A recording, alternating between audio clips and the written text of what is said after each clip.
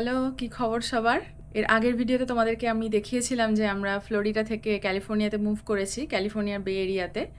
আর তোমরা যদি আগের ভিডিওটা দেখে থাকো এটাও বুঝতে পারবে যে আমার পেছনে এখন যে ব্যাকগ্রাউন্ডটা আছে সেটা একটু ডিফারেন্ট লাগছে। তার কারণ আগে আমরা যে লং স্টে হোটেলটাতে ছিলাম সেখান থেকে আমরা অন্য একটা লং স্টে হোটেলে মুভ করেছি, বাট সেটাতে আমি পরে আসছি। আগের দিনকে ভিডিওটা যেখান থেকে শেষ করেছিলাম সেখান থেকে শুরু করি। আমরা ওয়ালমার্ট থেকে বাজার দোকান করে ফিরেছিলাম, এই অবধি তোমাদেরকে দেখিয়েছিলাম। কিন্তু বাজার দোকান করলে তো শুধু হবে না, তার কারণ আমাদের কাছে রান্না করার মতো কিছুই ছিল না। রান্না করার কোনো ইউটেন্সিলস কিছু ছিল না। তাই ওয়ালমার্টের ট্রিপটা শেষ করে আমরা বাড়ি ফিরে এসেছিলাম সেদিনকে তো আমরা বুফে খেয়েছিলাম বাইরে, তো ওই জন্য একদমই খিদে ছিল না। তো সেদিনকে রাত্রিবেলাটা কিছু খেতে হয়নি, কিন্তু তার পরের দিনকে সকালেই উঠে আমরা প্রথমে গেছিলাম আবার ওয়ালমার্টে রান্না করার জিনিসপত্র কিনতে। তো চলো সেখান থেকে শুরু করি। যে দূরে পাহাড় দেখা যাচ্ছে, যদিও তোমরা পাহাড় দেখতে পাচ্ছ কিনা আমার আইডিয়া নেই, কিন্তু আমরা চোখে দেখতে পাচ্ছি। তুমি দেখতে পাচ্ছ? ওখানে দেখা যাবে বলে। পাহাড়টা দেখা যাচ্ছে। এই তো রাজভেন 5.5 কোয়ার্স। তলারটা দেখ, গন্ধ নেই না একদম? না, কিচ্ছু নেই, আমি আর কি মারছি না, বেশি স্টাইল। 37 টাকা। খারাপ না। খারাপ না।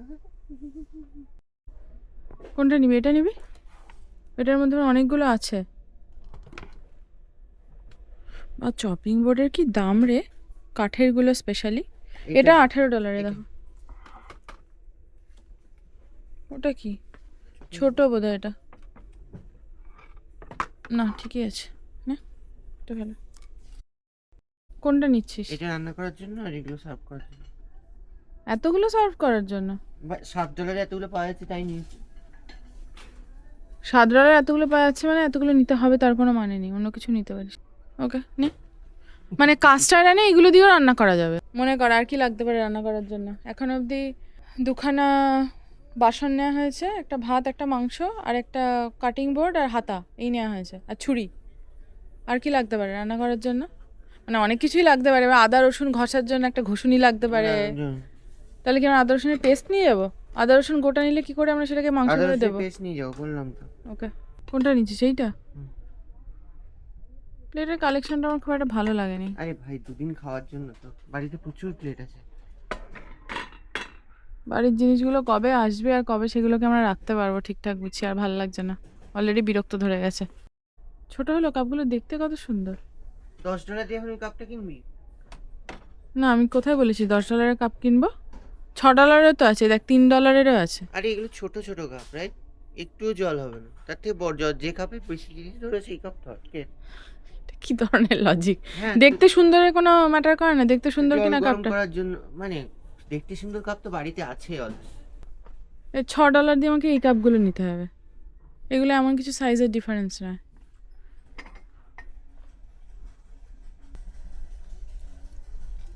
$3 নে। বেশিক্ষণ একদম বেশি দাম। এটার দাম বেশি, কালোটা নে। এর দাম অ্যাকচুয়ালি, এর দাম বেশি ছিল নাকি ওখানে? না একই ছিল মানে। তাহলে এখানে দাম বেশি হলো। হ্যালো, সরে আয়। কালোটা বেশি ঝাল, আমি এটাই নেব। ডিম? হ্যাঁ, আন্ডা। বলছি ডিমের দাম কম, বলছি কুকির দাম কম, দুধের দামটা কিন্তু বেশি আছে কেন, কিন্তু আমি জানি না কেন। ছোট দুধের দাম সেম আর বড় দুধের দাম বেশি। আর বুলডাক?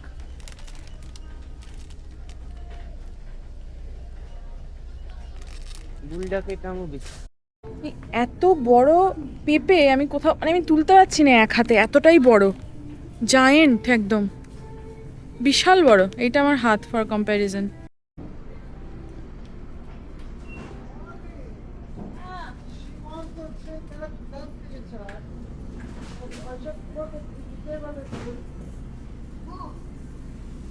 এরকম করিস না, তুই আমার ইয়ের সামনে কেন ধরে রেখেছিস? ভুলেও ভাবিস না তোকে আমি চিজ কেক নিতে দেবো সকালবেলা। এই হচ্ছে আমাদের বাজার দোকান আজকের। বলছি তুই তো অনেক সস্তা বলে $200 বাজার করে নিলি। হ্যাঁ, সেটাই তো দেখলাম। সবই তো সস্তা লাগছিল। আমাকে দেখতে দাও, ঠিক আছে? আমি তো ভেবেছিলাম টোটাল $100 হবে, $150 বাজার হয়ে গেল। আমরা এখন এসেছি একটা ইন্ডিয়ান মার্কেটে কিছু ইন্ডিয়ান বাজার দোকান করতে। সামনেই দেখি ঝাঁটা রাখা, নানা রকম ঝাঁটা। একটা তো দাম লেখা নেই। কার্ড নিবি না? ওই দেখ লইট্টা শুটকি, কোথাটা দেখলাম লইট্টা শুটকি। এখানে মাছ রাখা, ফিশ কাটলেট, মাছওয়ালা, চিতল মাছের কিমা পাওয়া যাচ্ছে। এখানে বিশাল বড় বড় মাছ। এটা বিশাল বড় না, যদি এটা হচ্ছে পমপ্লেট, ব্ল্যাক পমপ্লেট।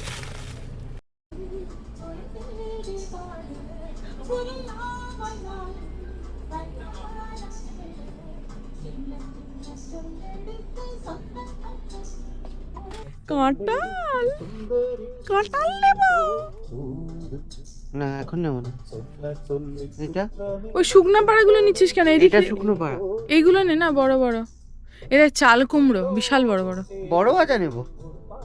আচ্ছা নে, ছোটগুলো নে, এগুলো নে, এগুলো ভালো।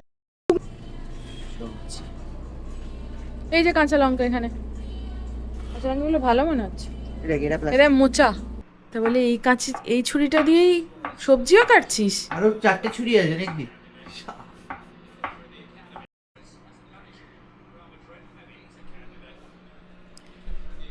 প্রচুর জিনিসপত্র আমরা কিনে এনেছি, মানে রাখার জায়গা নেই, এরকম হয়ে গেছে। এখানে আরো জিনিস। বাবা বিশাল বড় একখানা। এ তো পুরো এখনো তো ফ্রোজেন পুরো মাংসটা। এভাবে কি কাটতে সুবিধা হচ্ছে? সুবিধা হচ্ছে না, করে নিচ্ছি তাড়াতাড়ি করে। মাংসের ছিটা কিন্তু ট্যাপটার মধ্যে ফেলিস না, ট্যাপটাকে একটু দূরে রাখ। এই বিয়েটা সরাচ্ছিস? এগুলো এগুলো কি কি হবে? পুরো খাওয়া হবে তারপরে ধোয়া হবে। ভাত এটা তো বাটটা কি করে বল? ঝাল হয়ে যায়, রান্নাঘরের যে অবস্থা করে সেটা। কি অবস্থা করেছি রান্নাঘরে? এখনো শেষ হয়েছে খাওয়া? এদিকে সেদিন মাংস কাটতে গিয়ে হয়েছে আরেক কাণ্ড। আমরা মাংস কাটার জন্য যে ছুরিটা কিনেছিলাম সেটা তো অনেকটা সেই দায়ের মতো, আর সেটা অরিন্দম মাংসতে বসাতে গিয়ে নিজে হাতের মধ্যে বসিয়ে দিয়েছে। সে এমনি ভালো ছিল রে, এর উপরে লাগিয়ে দিলেই হতো। শুকিয়ে গেছিল না? না, কিন্তু রক্তটাকে মোছা উচিত, রক্তটা তো জমাট বেঁধে আছে ওটার উপরে। বেশ অনেকক্ষণ অপেক্ষা করার পরেও রক্ত পড়াটা ঠিক বন্ধ হচ্ছিল না। সেই জন্য আমরা ভাবলাম যে সিভিএসে গিয়ে একটা ফার্স্ট এড কিট নিয়ে আসি, আমাদের কাছে তো কিছুই ছিল না। দেখতে কিরম লাগছে। এর যে এসে কি হচ্ছে এখন দেখছি, কাশছে, একটু আগে হাত কেটেছে, এসে দেখে নানা রকম করছে। কাছে বোধহয় এয়ারপোর্ট, দেখ প্লেন যাচ্ছে, প্লেনের আওয়াজ হচ্ছে। মানে আমরা যেখানে নামলাম, হ্যাঁ। ও এই ট্রেনটা বোধহয় হাঁটার।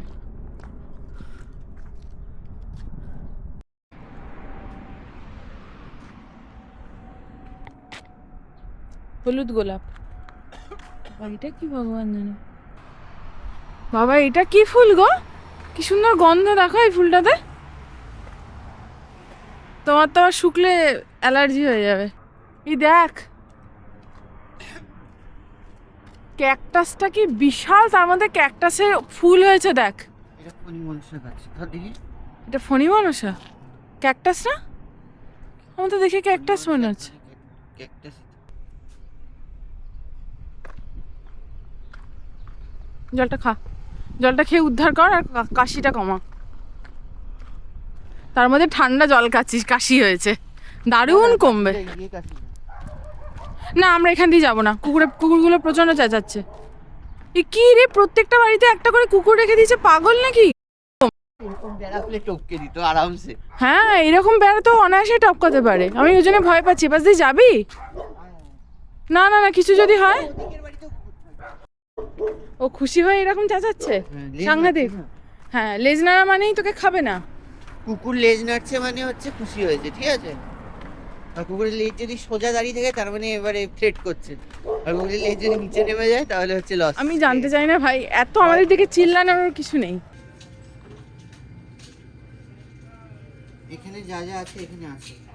তাই ওটাতে কি বেশি অ্যামাউন্টে আছে? এর বেশি অ্যামাউন্টে আছে। তো অরিন্দমের এরকম একটা ছোটোখাটো অ্যাক্সিডেন্ট হয়েছিল, আর জায়গাটা হিল হতেও বেশ কিছুদিন সময় লাগলো, প্রায় 4-5 দিন মতো সময় লেগেছিল। হ্যাঁ, তো এই আর ক্যালিফোর্নিয়ার ব্যাপারে একটু বলি, তার কারণ হচ্ছে এটা আমাদের প্রথমবার ক্যালিফোর্নিয়াতে, আমারও অরিন্দমেরও প্রথমবার। আর ক্যালিফোর্নিয়া সোফার আমাদের ভীষণ ভালো লাগছে, ভীষণ। ফ্লোরিডায় যখন আমি ছিলাম তখন সবসময় আমি কমপ্লেন করতাম ফ্লোরিডার ওয়েদারের ব্যাপারে, কারণ ফ্লোরিডা এতটাই হিউমিড, বাইরে যাওয়া যেত না। মানে সকালবেলা 7টার সময় ধরে তুমি বাইরে যাচ্ছ, তখনও তুমি একটুখানি হাঁটলেই ঘেমে নিয়ে একদম চান হয়ে যাবে, এতটাই হিউমিড। আর নেচারের অ্যাক্সেসও খুব কম ছিল, যেটা আমি পার্সোনালি খুব মিস করতাম।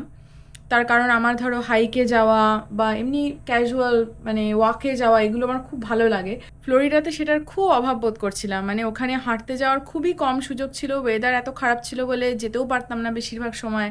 কিন্তু ক্যালিফোর্নিয়াতে এসে এখানকার ওয়েদার আমার এত ভালো লাগছে। যদিও সকাল আর রাতের ওয়েদারের মধ্যে বেশ অনেকটা ডিফারেন্স আছে। সকালে ধরো 14-15 ডিগ্রির মতো থাকে, যখন একটু 12টা 12:30 থেকে ওই ধরো 3টে-4টে অবধি, তখন ধরো টেম্পারেচারটা একটুখানি হাই থাকে। বাট হাই থাকলেও কখনোই আমার ওরকম মনে হয়নি যে ফ্লোরিডার মতো ওরকম হিউমিডিটিটা আছে এখানে। এখানে খুব প্লেজেন্ট ওয়েদার আমি বলবো। আর সবসময় হাওয়া দেয়, সেটাও খুব ভালো লাগে। বাইরে গিয়ে হাঁটতে খুব ভালো লাগে। আমরা তো অলরেডি এখানে বেশ কয়েকটা ট্রেল এক্সপ্লোর করেছি, যেখানে আমরা হাঁটতে গেছি বেশ কয়েকবার। আরেকটা যেটা না মেনশন করলেই নয় বে এরিয়ার, সেটা হচ্ছে যে এখানকার ইন্ডিয়ান কমিউনিটি না বলে আমি বলবো যে এশিয়ান কমিউনিটি বিশাল বড়, বিশাল বড়। তুমি যেখানেই যাও না কেন, যে কোনো গ্রসারি স্টোরে, যে কোনো জায়গায় খেতে, এমনি বাইরে হাঁটতে, তুমি সবসময় কোনো না কোনো এশিয়ান লোক দেখতে পাবে। হ্যাঁ, আর রেস্টুরেন্ট বা খাবার দাবারের ব্যাপারে একটু বলি, সেটা হচ্ছে যে যে কোনো রকম ইন্ডিয়ান খাবার এখানে যতবারই আমরা কোনো ইন্ডিয়ান রেস্টুরেন্টে গেছি, খেয়েছি, প্রথমত ভ্যারাইটি, প্রচুর ভ্যারাইটি আছে। তুমি অনেক রকমের ইন্ডিয়ান খাবার এখানে পাবে, যেগুলো আমি কখনো ভাবিনি যে দেশ ছাড়া অন্য কোনো জায়গায় পাওয়া যায়। এর আগে আমি যেসব জায়গাতে থেকে এসেছি, অরল্যান্ডো নয়, যদিও অরল্যান্ডোতে অনেক কিছুই পাওয়া যেত, কিন্তু অরল্যান্ডো ছাড়াও আমি সেন্ট্রাল পেনসিলভেনিয়াতে ছিলাম এর আগে, তার আগে আমি আইডাহোতে ছিলাম। তো ওই সমস্ত জায়গাগুলোতে আমি ভাবতেও পারতাম না যে আমি জাস্ট হেঁটে যাচ্ছি, হেঁটে গিয়ে আমি দই পুরি খাচ্ছি বা সামোসা চাট খাচ্ছি। মানে আমি ভাবতেই পারতাম না যে ওয়াকিং ডিস্টেন্সে এরকম খাবার আমার জন্য অ্যাভেলেবেল থাকতে পারে। তো সেইটার শখটা এখানে পূরণ হয়েছে বলতে পারো। এর আগের ভিডিওটাতে তোমাদের দেখিয়েছিলাম যে আমরা একটা লং স্টে হোটেলে উঠেছিলাম। সেই হোটেলটা ভালোই ছিল, অরিন্দমের ওয়ার্ক প্লেসের বেশ কাছেই ছিল। আমাদের ইনিশিয়াল প্ল্যান ছিল যে হোটেলে আমরা দিন 7 থাকবো, তার মধ্যে আমরা কোনো একটা অ্যাপার্টমেন্ট খুঁজে পেয়ে যাব যেটা আমরা রেন্ট করতে চাই, তো আমরা মুভ করে যাব সেই অ্যাপার্টমেন্টে। কিন্তু বাড়ি যখন আমরা দেখা শুরু করলাম তখন বুঝতে পারলাম যে এখানকার হাউজিং সিচুয়েশানটা বেশ কমপ্লিকেটেড, তো আমাদের আরও বেশ কিছুদিন সময় লাগবে। আর হয়তো আমাদের সেই হিসাবে এই লং স্টে হোটেলে আর কিছুদিন থাকতে হতে পারে। আর আগের লং স্টে হোটেলটা খুব ছোট ছিল আমাদের দুজনের জন্য, রান্নাঘরটাও খুব ছোট ছিল, কিচেনে বাসনপত্র একদম কিছু ছিল না, তো আমাদের একটু অসুবিধা হচ্ছিলো অত ছোট জায়গা বলে। সেই জন্য আমরা আগের যে লং স্টে হোটেলটাতে, ওটাতে আমরা 7 দিন মতো ছিলাম। 7 দিন থাকার পর আমরা একটা অন্য লং স্টে হোটেলে, যেটা অলমোস্ট একটা 1 বেডরুম অ্যাপার্টমেন্টের মতো, একটু বড়, স্পেশিয়াস জায়গা অনেকটা আছে, এরকম একটা লং স্টে হোটেলে আমরা মুভ করেছি। কোন দিকে আমাদের?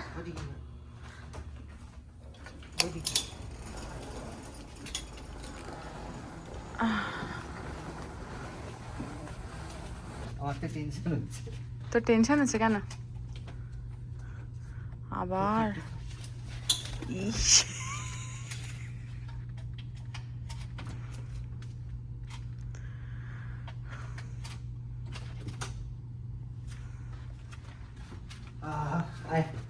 ভালো, লাইটটা জ্বালা। ভালো মানে আমি কি যে বলবো তুই বলে বুঝতে ও ইয়েও আছে, দরজাও আছে। আরে বাস, দারুণ সুন্দর। দুটো টিভি আছে। দুটো টিভি আছে ঘরের ভেতরে? একটা টিভি আছে। সব থেকে ভালো হচ্ছে এই এর মধ্যে জুতো পরে কিন্তু ঢুকো না ঘরের মধ্যে।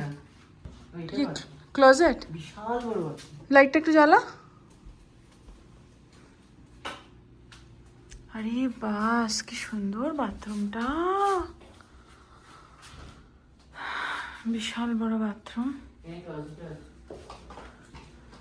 থাকারই কথা, না থাকলে আমি আশ্চর্য হবো। এটা হচ্ছে ক্লজেট, বা এটা একটা 1 বেডরুম অ্যাপার্টমেন্টের মতো বলো। হ্যাঁ, তো রুমের মধ্যে ক্লোজেট আছে, রুমের মধ্যেও ক্লজেট আছে। লাইটটাকে ইয়ে করা যায়। এটা তো এসি।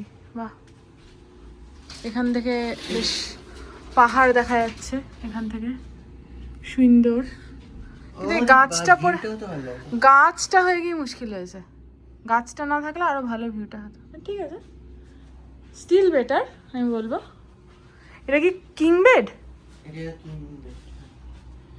এটা আপনার বেডরুম আর ওই যে আমার বেডরুম। কি সুন্দর। $10 কম অথচ বল আগেরটার থেকে, তাহলে একই দাম। আগেরটার থেকে $60 বেশি। 7 60 পার ডে। Per day. হ্যাঁ, ডিশওয়াশার আছে। এটা খোল দেখি। বাহ, আরে বাস পুরো স্টকড। ওই দেখ টোস্টারও দিয়েছে আবার একটা, গ্লাস আছে, প্লেট আছে। কফি টফি রাখা আছে। হ্যাঁ, কফি টফিও আছে, দেখে গেছি।